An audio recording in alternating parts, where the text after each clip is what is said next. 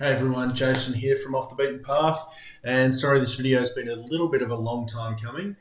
So this is the second part of the trip from King Hut up through to Lake Cobbler, where we take on the speculation track, as you just saw on the map there. So this was a really good trip. The speculation track in particular, being a one-way track, was really interested to take that on and check it out, because I generally find tracks that you drive out and back in on the same track aren't driven nearly as much as through tracks. So we headed off from King Hut, where the last video left off, which was a couple of videos ago now on the channel. And as you can see, there's still a bit of water sitting around. We hadn't had a lot of rain, but to start with here, pretty easy going. And I was really intrigued to drive this because we're heading up towards the infamous Cobbler staircase. Now, back in the day, I never drove this and never saw it.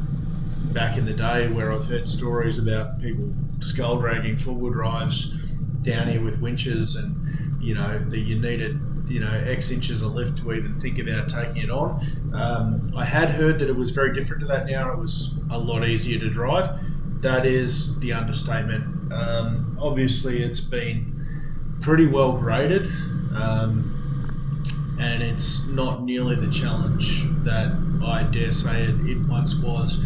We were driving it, we weren't actually even sure if we were on the Cobbler staircase. We were actually debating, is this the staircase? Is this not the staircase?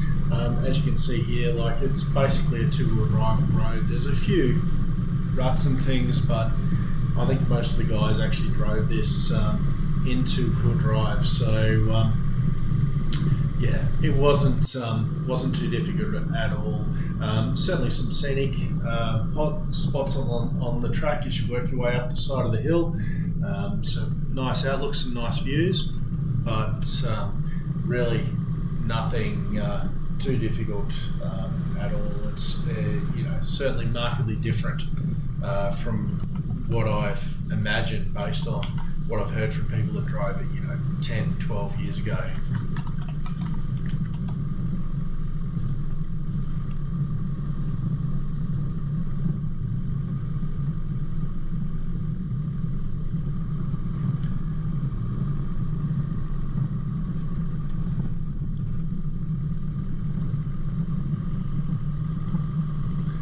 So yeah, some decent little switchbacks, working your way up there, and you can see the effort that's gone to cut this track in, but nothing like the crazy difficult staircase that apparently it once was, where you could spend half a day to a day just trying to get your vehicle up here. Nothing like that at all. Still a really nice drive, worth doing, but nothing that you need to be overly concerned or particularly prepared for. Now this track does join the little Cobbler track, which I've also never driven, and we still didn't get an opportunity to drive that today. We might have considered that as an alternative exit, but that track is still closed due to bushfire damage from a couple of years ago. So you're probably getting the idea here. It's reasonably steep, the switchbacks are fairly close together, and you do climb pretty steadily, but it's not difficult driving at all.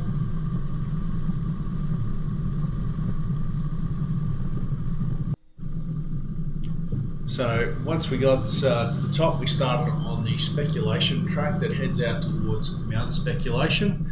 That's 1,666 metres of elevation, according to the HEMA.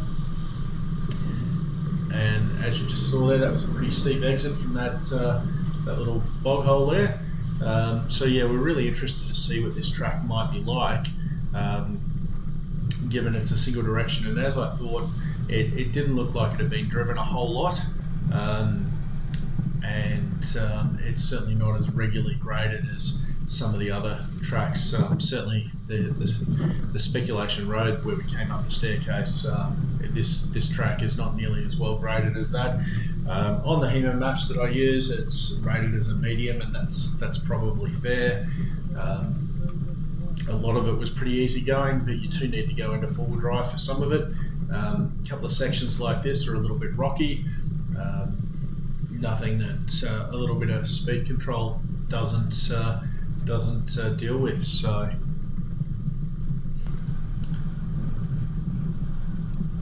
And yeah, as you can see here, there's plenty of these bog holes. They all look like they had pretty firm bottoms, so went backwards in taking them on.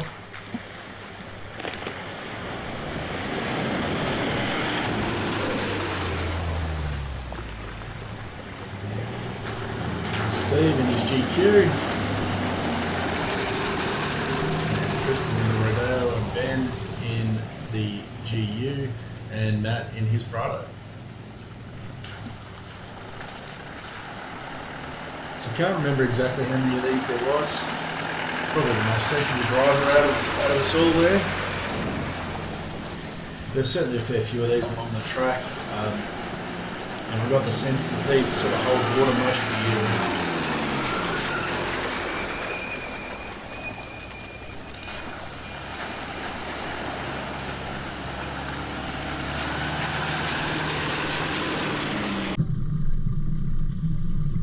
Continuing on from there, you can see the water running down the track. That's from the bog hole.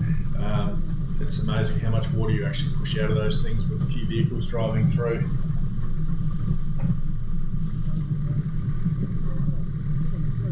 And as we always say, I mean, this doesn't really do the terrain justice. The camera view from the GoPro, it wasn't particularly steep, but it was reasonably rocky through there. Just took it slow and steady.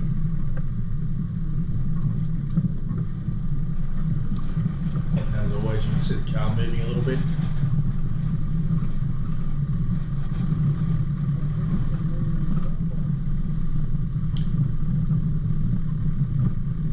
But yeah, there are certainly sections of the track like this that are really easy driving. It was a good fun track to do.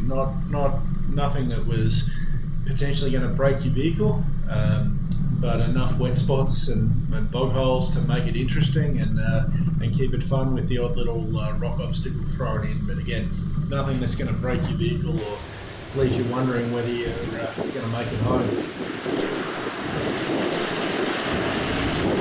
Deep enough without being super deep. And everybody's made it through there pretty easily.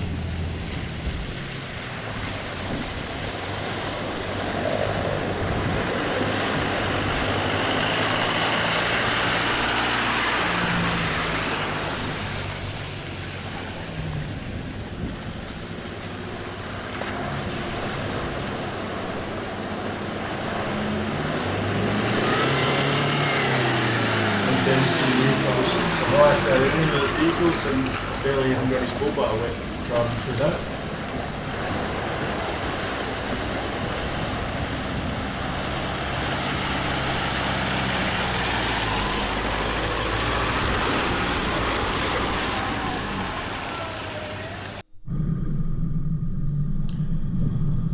So this track is, it's about 8 Ks each direction, so 8 Ks out to the car park near the summit, and 8 Ks back. Probably took a good sort of 45 minutes to drive out there. Possibly a little longer with us stopping for filming. Certainly adds a lot of time to any trip. It's a reasonably steep little pinch here, but again, nothing that if you take it at the right speed, it's not nothing to be too concerned about.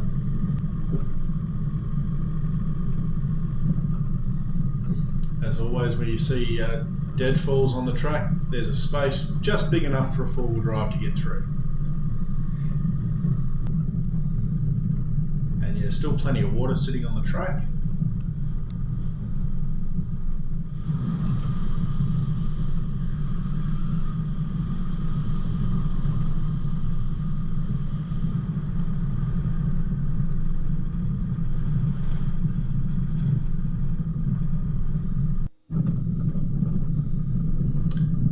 Again, it's always hard to capture the view from the GoPro because it is fixed looking straight ahead, but despite the amount of bush on each side of the track here, you did have a pretty good view. You can see the trees moving there. The wind was really starting to get up, and the weather was really looking like closing in as we're heading into afternoon here. And that was something we were certainly conscious of.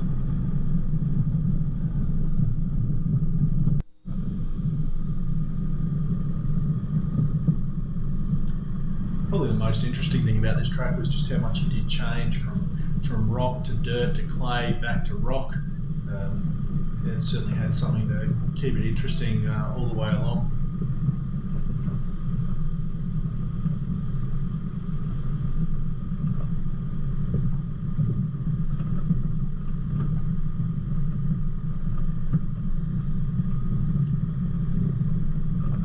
And as always, really appreciate all you guys that watch the videos and comment on them. Apologies, it's been a bit of a gap of late. Getting back from the big variety trip, I've been inundated with work.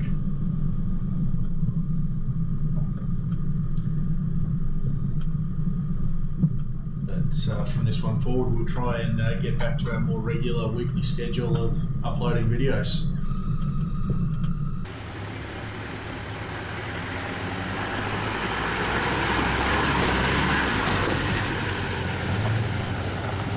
So again, this doesn't look like a whole lot even shot externally, but it was a nice rocky little climb. A few little rock steps there. Again, not particularly difficult, but just a little bit more interesting to drive than some of the other sections. So I thought we'd jump out and film that for you guys to see.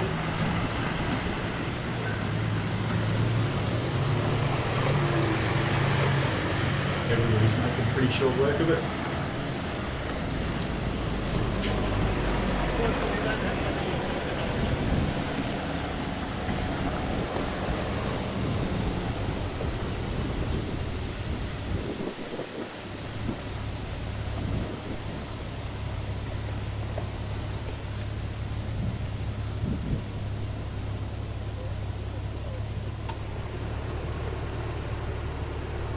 And I think I said this in the last video, but just for reference, Matt with his Prado there doesn't actually have a lift, so that's a Land Cruiser Prado Sahara, and there's a few difficulties apparently around lifting those, so he's running stock heights on that with decent Mickey Thompson tyres, but stock heights, and he's had no issues. Amazing what he's been able to drive with that without much of a lift. So again, you can see the weather there, just how much those trees are actually moving. Another little rocky section here. We're getting fairly close to the actual car park to the summit.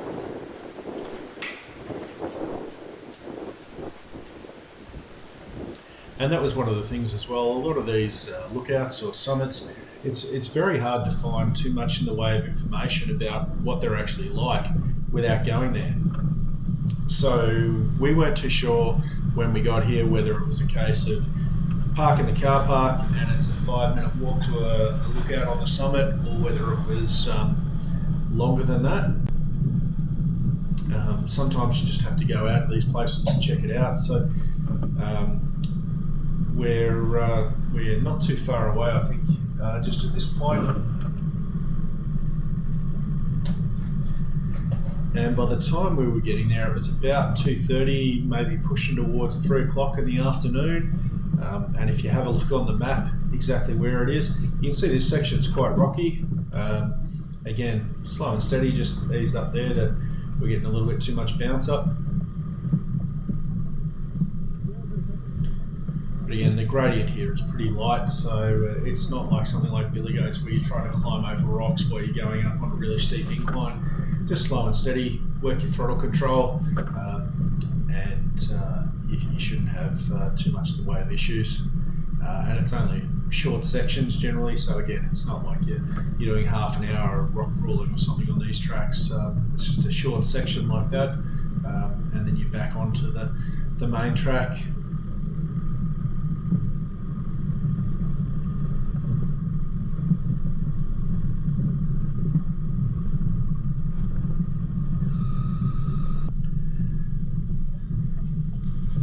So yeah, we weren't too sure when we got to the end what it was going to be like, and what we actually found was, yeah, there's a car park there, but then it's about a 30-minute walk, maybe 45 minutes return, I think the sign said, to actually get up to the summit and back again. And given the weather had closed in and it was a little bit foggy and there was some rain coming in, as far as we could see, and given the time of day, on this particular trip we elected not to do that walk. So I dare say we'll go back. We probably won't film the track again. I don't think it needs to be necessarily filmed again, but we'll definitely go back sometime when we're up in that area, and actually walk the track up to the summit, and probably get some footage up on the summit that we can share with you guys then. So yeah, this is the final approach to the car park here. There were a couple of other people here, and yeah, as you've seen up on screen, they're about a 40-minute walk to the lookout from here, so just worth keeping in mind. As you can see, that's a pretty stock looking Colorado, and then from there we turned around and headed back out. I just filmed a few of the bog holes on the way out, ones I may or may not have gotten on the way in. We didn't stop and shoot much in the way of external footage on the way out until we got back onto the Lake Cobbler Track. Just some of these obstacles like this, you can see a bit more from this direction than you could from the other direction.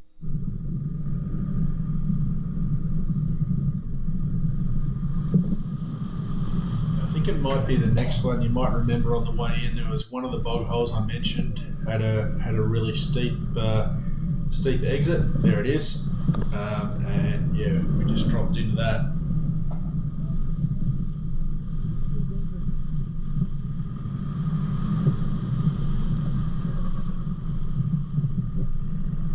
And as you can see, the weather's kind of moved on and it's cleared up a little bit. So here we are on the Lake Cobbler Track, taking us from the speculation track up towards Lake Cobbler. And this is the first little obstacle we came across there. Looks like it's got a bit of a mud hole. It was fairly dry at the time we come through, so the bottom was nice and firm. Just choose your line for your approach and departure, in and out, but not too much an issue there at all with that particular obstacle. And that's just taking it in his stride there in his Prado.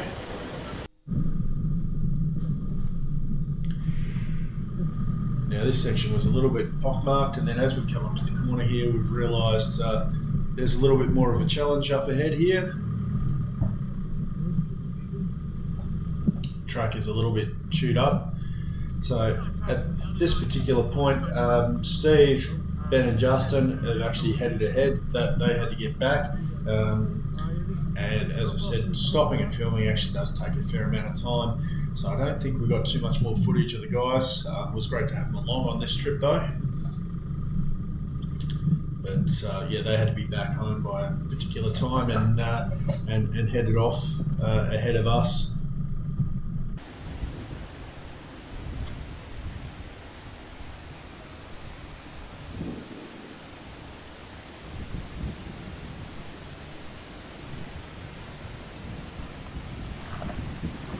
So from here doesn't look like a whole lot, but that top corner was pretty well chewed up.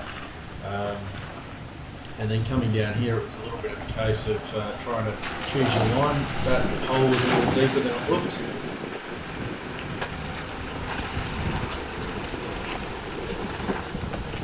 And then we had another one of these reasonably deep bog holes that actually has a couple of rocks in it. And once again, the rear bar earning its keep. I think this is the first go I've had it doing slow-mo on a video, so yeah, it is what it is. And there it is on the left, and there it is on the right. So I'm not sure how that'll come out when I actually upload this to YouTube and it does its filtering thing. Hopefully it still looks okay. So Matt's coming down now on his Prado, and he's had the benefit of seeing what's occurred when I've driven that, and not having a metal rear bar and having a little less clearance with his stock suspension height.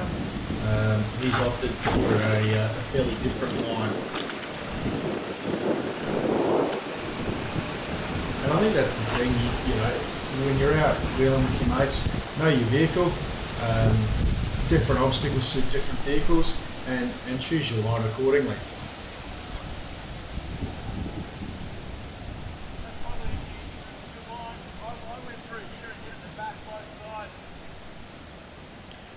So yeah, he's opted for the far right hand side there that has not as steep departure angle, still steep enough, but yeah, he's gone through perfectly okay, not contacted anything, and his factory rear bumper is still intact.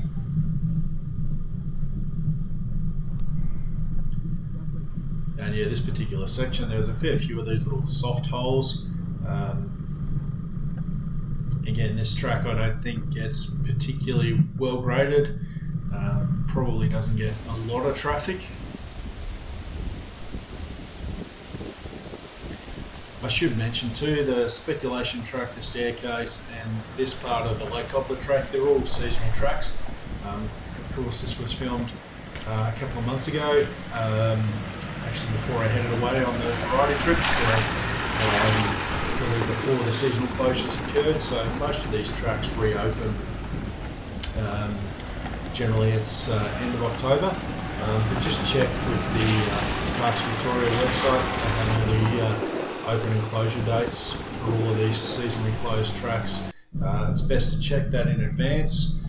If you're planning to do tracks that are seasonally closed, sometimes they're extended, and so yeah, just worth keeping in mind. Now here we are actually approaching the lake. You might have just glimpsed the water there on the left-hand side. And talking about seasonal closures, we're just coming up to the gate now that would be closed at this particular point in time.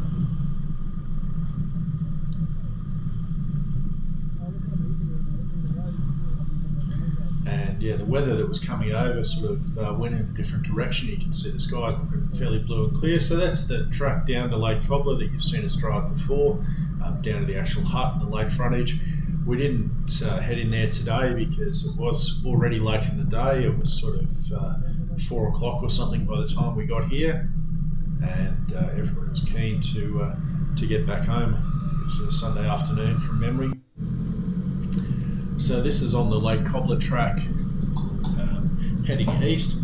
Now we have done a couple of videos on this track coming from the other direction, so did think we'd include some footage here, just showing you what it looks like from this side. So the camera never does it justice, but these are reasonably steep hills here. The surface is a bit loose with all the rocks on it. Definitely something you want to keep your wits about you. And yeah, that camera is not doing that any justice at all. You'll have to take my word for it, or if you've driven the Lake Cobbler Track, then you know what I'm talking about. So our intention here to exit was to take the Lake Cobbler Track. Some great views there off to the right hand side, as you can see. And this particular section's reasonably skinny. It's probably the only section of the Lake Cobbler Track that's actually like this, on the side of a hill, with not a lot of room to move. And you will have seen us come down. There's a fairly steep hill that leads down onto this. Again, this camera angle is not really doing that any justice at all. It's quite a bit steeper than it's appearing on camera, and quite a bit rockier and loose than it looks. You will have seen us come down that in some of the other videos on the Lake Cobbler Track. So it's nice to be able to film it from this side going up. So our intention today is not to do the whole Lake Cobbler Track, but actually go about halfway along and then take the Dan Buffalo Divide Track and then the Dandongadale Buffalo Divide Track back down to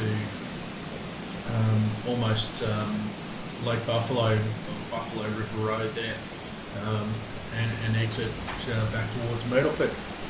So never having done either of those two tracks, it was just an opportunity to take a different way out instead of following the end of the Lake Cobbler Track, as we've done many times before.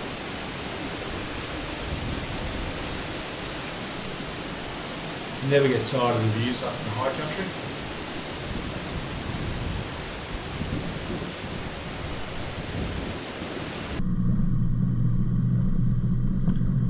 Again, on board here, so that climb continued into this next climb. Very much low range, steady on the throttle control. Vehicle's working plenty hard.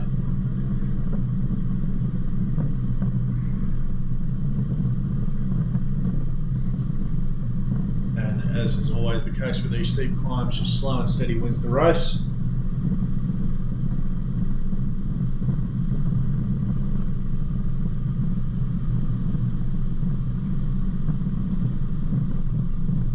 Not much of a reprieve before you start the next section of climb. So just along here, we're only about probably 3 k's into the Lake Cobbler Track from where the Lake Cobbler Rd turnoff is, and this is actually where I think it's one of the logging tracks. Williams Logging Road. So again, that actually joins from this part of the Lake Cobbler Track back to the Lake Cobbler Road. It's marked as easy on the HEMA maps. Never driven it, probably because it's marked as easy, so I can't sort of tell you any more about it. So from there through, it's another 7 k's to the Dan Buffalo Divide track that we're planning to take.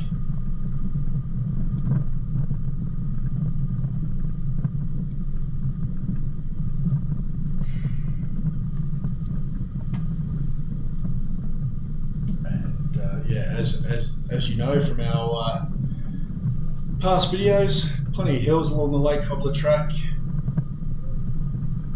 Driven this track many times. First time was probably 7 or 8 years ago in a Suzuki Grand Vitara XL7 with road tyres. I don't recommend that. That's a whole nother story. So yeah, again, if you've seen our videos before, you're aware that there's a helipad on the eastern end of the Lake Cobbler Track that also serves as a bit of a lookout. And this is one of the only times we've actually driven it from this direction and approached it from the eastern side, from the western side heading east. And as you can see, it's a decent little climb up here, fairly steep and long. Probably a longer climb than the other side that we've filmed a couple of times. Usually we pull up here and enjoy the view. We didn't do that today because time was of the essence, and we've pushed on. The weather was again looking like closing in, and it was getting late in the day on a Sunday afternoon.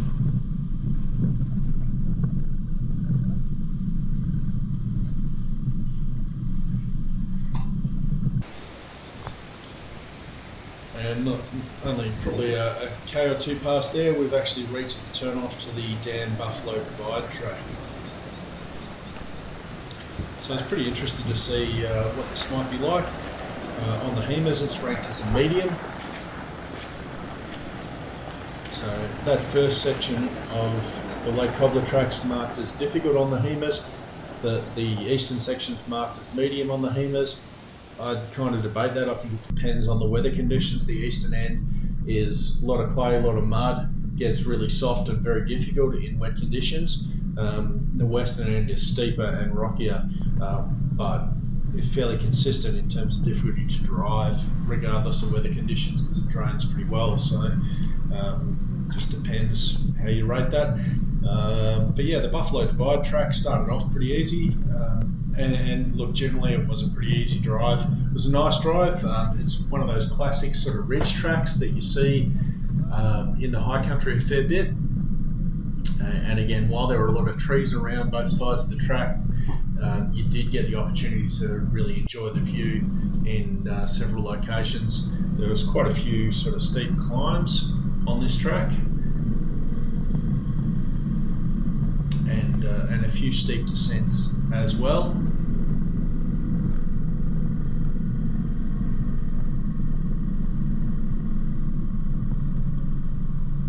And look, in terms of if you wanted to come in from the Abbeyard Road or from Lake Buffalo up into Lake Cobbler, I'd definitely consider coming up the Buffalo Divide track and the Dan Buffalo Divide track instead of taking the road all the way down. Taking these tracks, you actually avoid all those little switchbacks and corrugated turns that the road has following along the river there. And this is a much nicer drive, probably take you a little bit longer, but it's a much nicer drive than the corrugated gravel road that works its way along the river there. That's just my 2 cents worth anyway.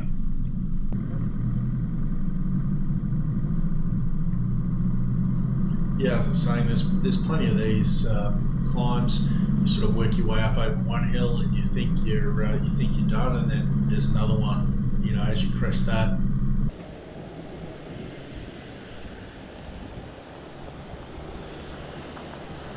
And again, these were all reasonably steep, but traction was really good, so it's a pretty easy drive.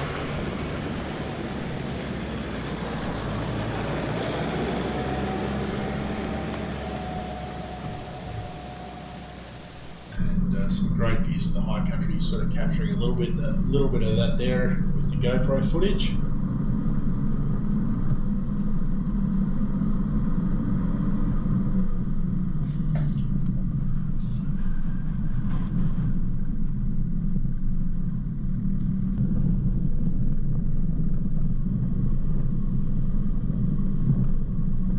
Yeah, certainly at different times you get some great views down across the valley on both sides, to the east and the west.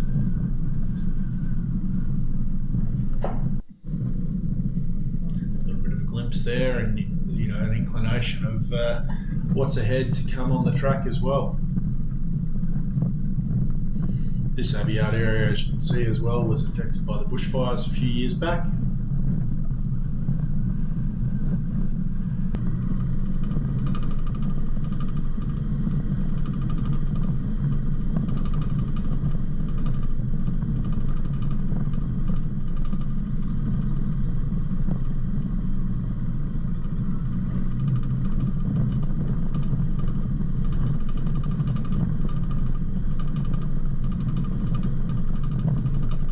A few of the hilltops through here like this are reasonably open. It did look like the odd informal camp spot has probably been set up there.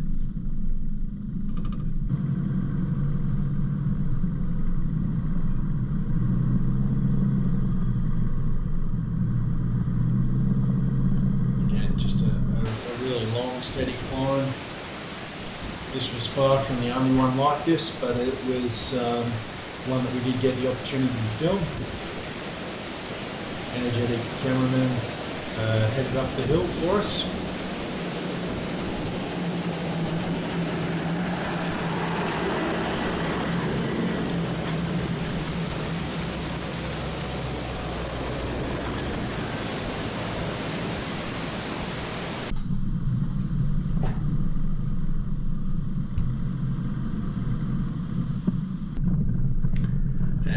We're getting close towards the end of the track here. That's the turn off there to the Walsaldine track, which is about an 8k run down to the Abbeyard Road. Now I have got another trip that we filmed. We came back and drove that, which was really good. Didn't get too much more footage here, and this was one of the last hills here. So look, as always, everybody, thank you for watching. Hope you've enjoyed this video. Please like the video if you liked it. Subscribe to the channel. Really appreciate everybody that has the opportunity to do that and support us. And leave a comment down below. Thanks for watching. See you in the next video.